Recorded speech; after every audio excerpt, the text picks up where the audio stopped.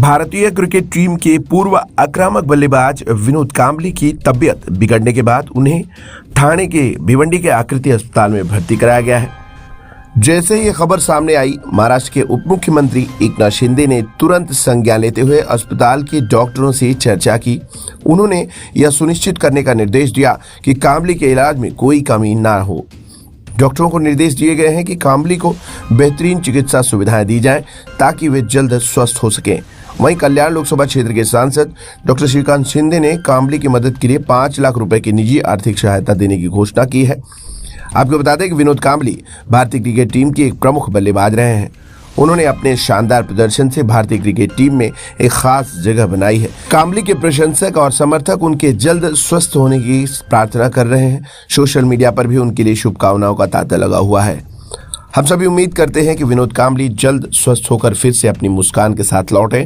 इस खबर पर आपके क्या विचार हैं, कमेंट में जरूर बताएं और लेटेस्ट अपडेट्स के लिए हमारे चैनल को लाइक, शेयर और सब्सक्राइब करना ना भूलें।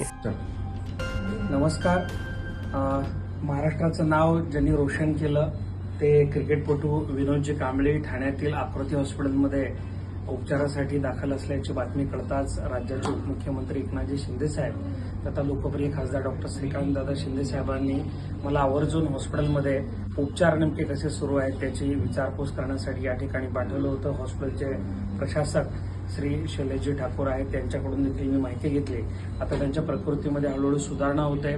त्यांच्या उपचाराच्या खर्चाची जबाबदारी जरी शैलेशजी ठाकूर यांनी घेतली असली, हॉस्पिटल प्रशासनाने जरी घेतली असली, तरी एकूणच त्यांना त्यांची परिस्थिती लक्षात घेता त्यांना मदतीची गरज आहे आणि त्यामुळेच डॉक्टर श्रीकांत शिंदे साहेब यांच्या फोनवरून झालेल्या संवादानुसार त्यांनी दिलेल्या आदेशानुसार आज आपण विनोद कांबळे यांच्यासाठी 5 लाख रुपये हे डॉक्टर श्रीकांत शिंदे फाउंडेशनच्या माध्यमातून मदत करणार असल्याचं श्रीकांत शिंदे साहेबांनी जाहीर केलंय.